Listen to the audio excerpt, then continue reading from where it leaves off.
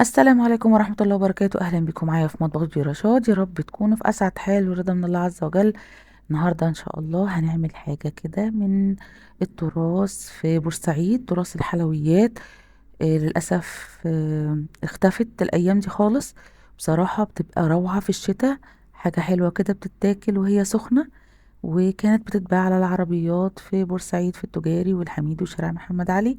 وللأسف اختفت العربيات دي، فاحنا هنرجع التراث تاني.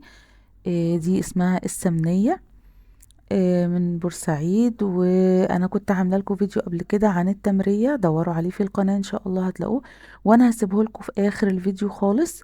خليكم معايا ونسمي الله علشان نبدأ الطريقة. وشايفين القمر؟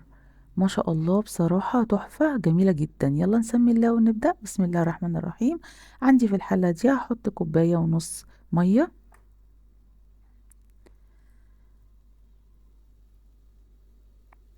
وهحط كمان كوباية ونص حليب. ممكن تعمليها بحليب بس يعني عشان بنعمل بطريقة اقتصادية، احنا عارفين الغلا اللي احنا فيه. هنحط نص كوباية سميد بسبوسة ناعم، وهحط كوباية الا ربع دقيق،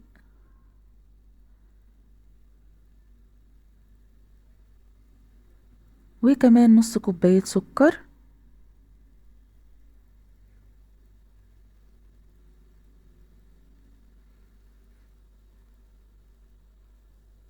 ومعلقتين لبن بودرة. ده اختياري، عايزة تحطيهم ماشي، مش عايزة براحتك. ده علشان بس تعزيز الطعم شوية. هنقلب بقى المكونات دي شوية كده مع بعض. حبايبي اللي لسه ما نورنيش بالاشتراك، يا ريت بقى لايك حلو كده للفيديو، وعمل اشتراك وتفعيل الجرس عشان يجيلكوا كل الفيديوهات والافكار الجديدة اللي انا هعملها ان شاء الله. هحط بقى معلقة سمنة، يستحسن بقى سمنة بلدي مع الغلو اللي احنا فيه ده بقى، معلش.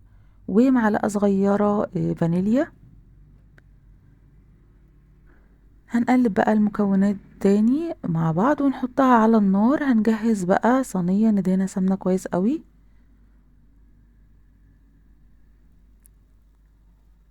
المكونات دي تقلبيها على النار لغاية اما تغلي كده وتستوي حلو. طبعا نار متوسطة مع التقليب علشان ما تلسعش منك في الحلة، وفي نفس الوقت ما يبقاش فيها اي كلاكيع يعني. هنصب بقى في الصينية وهي سخنة، علشان لو بردت شوية هنلاقيها تماسكت كده وجمدت.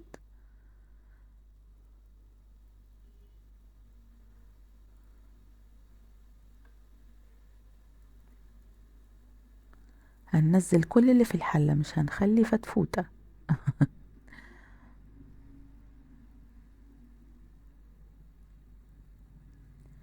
نفردها بقى وهي سخنة كده بسرعة.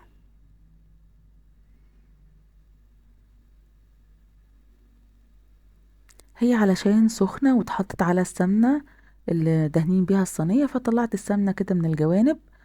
بصراحة انا حبيت اوفر شوية، خدت السمنة بقى اللي طالعة من الركان ودهنت بيها وش السمنية. هي المفروض بنحط سمنة فوق الوش، فانا حسيت ان السمنة يعني دي كده كفاية اللي طلعت من الجوانب وساحت. اهو زي ما انتوا شايفين، اما بقيت ادهنها بالسمنة السطح بتاعها ناعم واتفرد حلو. بنكمل بقى تسويتها في الفرن. بتحطيها في الفرن طبعا، وانتي بتحطيها في الصينية تكوني مسخنة الفرن. هي تقعد تقريبا تلت ساعة لغاية اما تحسي ان الجوانب كده جمدت والوش اتحمر. حسيتي ان الجوانب جمدت وبدأت تتحمر وهي من فوق الوش لسه فاتحة، شغلي عليها الشواية شوية لغاية اما تدي اللون الحلو بتاعنا ده، وتسيبيها تبرد خالص خالص عشان نعرف نقطعها. بصي بقى، الطريقة الأصلية بتحطي معلقة سمنة بلدي صغيرة في طاسة، وبتسخنيها ساعة الأكل، يعني هي بتتاكل سخنة. ممكن تحطيها في الصينية تسيبيها براحتها، ووقت ما تاكلوها يدوبك بس تسخنيها في معلقة سمنة. وفي اقتراح تاني بصراحة ممكن يبقى أخف شوية، بس أنا حبيت أعمل لكم الطريقة الأصلية. الطريقة بقى الأخف شوية إن انتي تفرفطيها كده، أو تحطيها في صينية فيها مسافات كده بعيدة عن بعض، وتحطيها تحت الشواية بحيث انها تبقى قطعة كده متباعدة وتسخن بس تحت الشواية، من غير سمنة ولا حاجة. فانتي بقى تشوفي الطريقتين الانسب لك اعمليه، بس انا حبيت اعمل لكم الطريقة الاصلية. انا بصراحة جربت برضو طريقة تسخينها تحت الشواية في الفرن، طلعت برضو خفيفة وجميلة جدا. شايفين ما شاء الله القطع متماسكة وحلوة. دي بعد بقى ما اتحمرت في السمنة طالعة ايه، دي بقى تدفي جدا جدا وتتاكل سخنة. هنرش بقى سكر بودرة، يا اما بتحطي طبق سكر بودرة ونغمس فيه، بصراحة روعة. يا رب حبايبي يكون الفيديو عجبكم والوصفة بتاعت النهاردة القصيرة دي عجبتكم. شكرا لكم حبايبي، احلى لايك بقى من احلى ناس، والاشتراك في القناة وتفعيل الجرس عشان تشجعوني ان شاء الله يجيلكوا كل جديد، وربنا يقدرني ان انا اعمل لكم فيديوهات مفيدة ليكم. شكرا لكم حبايبي، والسلام عليكم ورحمة الله وبركاته.